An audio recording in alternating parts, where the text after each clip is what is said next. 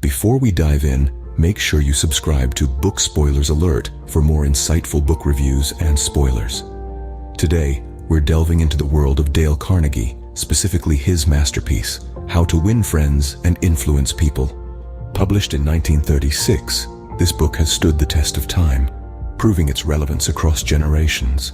Carnegie, an acclaimed writer and lecturer, crafted a guide that transcends being just a self-help book. This timeless classic is more than that.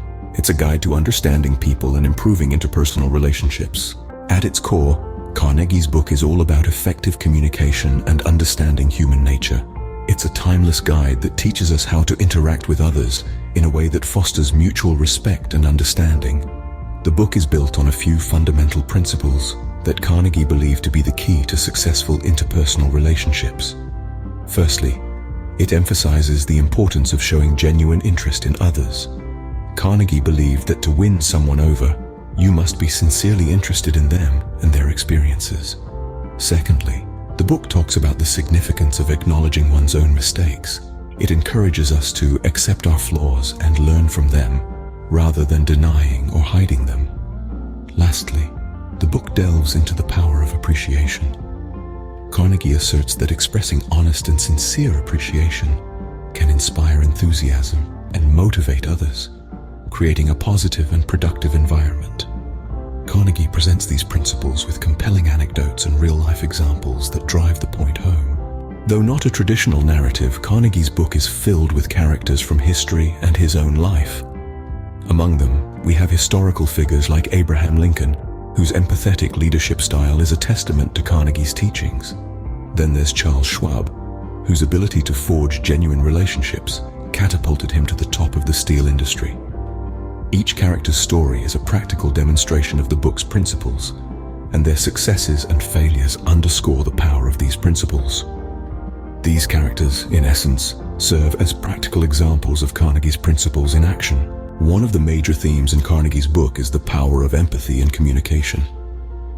In a world brimming with technology and digital interaction, the art of effective communication is often lost. Carnegie, however, underlines the importance of empathy and communication.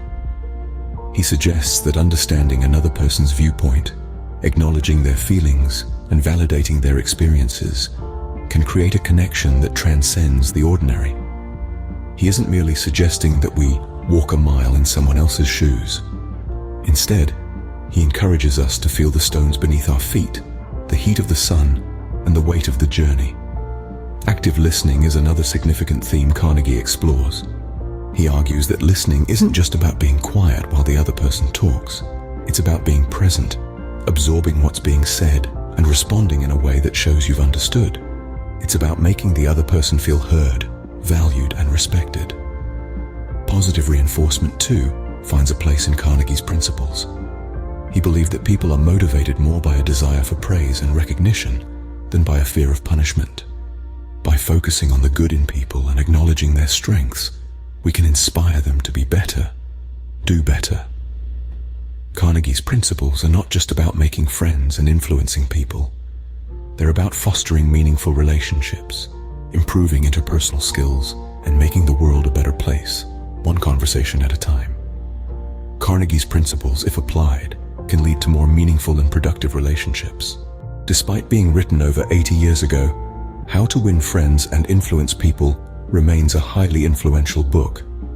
The timeless wisdom it imparts transcends the changing landscape of human interaction, proving relevant even in the digital age we live in.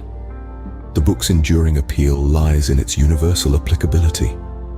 Whether you're a business executive aiming to win over clients, a teacher trying to influence students, or a parent hoping to instill values in your children, Carnegie's principles hold true. The book's strength lies in its practicality. It's not a collection of lofty theories, but a compilation of simple, actionable strategies that anyone can implement. Carnegie illustrates these strategies with compelling real-life examples that drive the point home. These stories are not just instructive, but also engaging, making the book an enjoyable read. Moreover, How to Win Friends and Influence People is a book that invites introspection. It encourages us to reflect on our own behavior and attitudes, spurring personal growth and development. It's a mirror that reveals our strengths and weaknesses in dealing with others, a tool for self-improvement that remains relevant decades after its first publication. But here's the catch. Even with all these spoilers, How to Win Friends and Influence People is a book worth exploring. After all, the true value lies not in knowing the principles but in applying them. So, why not give it a read and see how it can transform your life?